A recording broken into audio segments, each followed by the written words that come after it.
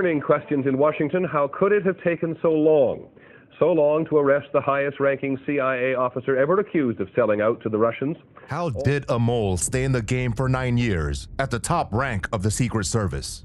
How could the FBI miss the obvious red flags to arrest the double agent? The damage he caused compromised national security, strained international relationships, and undermined the effectiveness of U.S. intelligence operations. Why did Ames betray his country when it needed him the most? Aldrich Ames had his first brush with the CIA in his sophomore year in college for a summer job. After climbing the CIA ladder step by step, he became the chief of the CIA's Soviet Counterintelligence Division. There he had access to sensitive intelligence. He knew the CIA protocols, tradecraft, and intelligence methods America had to counter the Soviet espionage efforts. He was doing a good job in life, except for his drinking problem. Slowly, the married man started having affairs with his secretary, a young Colombian woman. He decided to get a divorce from his first wife and soon got remarried. Life was perfect, or he thought so, because his wife had a major spending problem. Plus, the divorce had left them in a financially unstable state. This led Ames to search for another means of cash flow. Sadly, it wasn't a pretty one. He started spying for the Soviet Union in 1985. The first secret he sold was the identities of 2 double agents. The lives of the people who worked in the Soviet embassy in Washington and were hired by the US were compromised. They were both hanged along with the other 11 Russians he betrayed during the subsequent years. Ames exposed more than 100 secret missions and compromised the life of around 30 informants. He gave out information about 2 very complex CIA operations in Russia before the fall of the Soviet Union in 1991. In return, he got what he yearned for: money, in millions.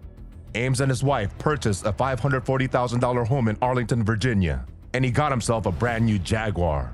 On the other side, the mass fall in the number of CIA informants had alerted the authorities. It was definite: there is a mole. The FBI quickly began an investigation under the code name Night Mover. The short list of 20 suspects included Aldrich Ames, but somehow he came out with flying colors on both of his polygraph exams.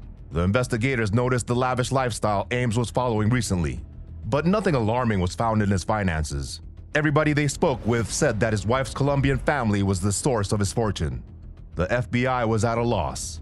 They decided to transfer Ames out of the CIA's Counterintelligence Division in late 1991 in an effort to reduce their list of suspects.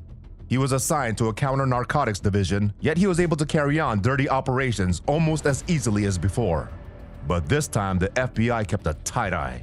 They were permitted to tap Ames' phone in 1992 and secretly set up cameras and bugs inside his computer as well as throughout the rest of his home.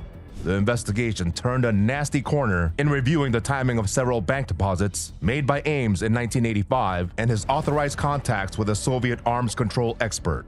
They observed a pattern. After lunch with the Soviets, Ames would deposit money ranging from $5,000 to $9,000 the same day or the following day. As this wasn't enough, the FBI also discovered that Ames had lied about taking a private vacation in October 1992. Although he claimed to be going to Colombia to see his wife's family, he had been to Caracas, Venezuela, for a meeting with the Soviet Union. In October 1993, Ames was seen making a chalk mark on a mailbox, a signal for the Russians to meet him in Bogota, Colombia. He was allowed to leave the country, but the FBI kept a close watch. By the time he was returning to the US, the FBI had enough on their plate to arrest Ames.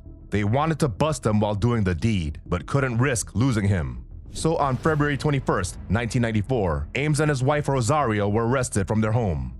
Just the day before he was scheduled to travel to Moscow for official CIA anti-drug operations. The treasure the FBI unearthed in their home after their arrest was nothing short of shocking. 60 purses, 165 unopened boxes of pantyhose, and 500 pairs of luxury shoes. He and his wife pleaded guilty to accusations of conspiring to commit espionage and tax fraud 2 months later. Ames received a life sentence, while his wife received a 5-year sentence. Ames is currently serving a life sentence without the possibility of parole. Ames claimed that his main motivation for spying was to earn more money, and he succeeded. He banked a whopping $2.7 million through his spy activities, exposing more than 100 secret missions and compromising the life of around 30 informants. This record set by Aldrich Ames is not going to be beaten anytime soon. Isn't it shocking how far the greed for money can push a man? Is a life sentence too harsh for this spy? What do you think? Let us know in the comments.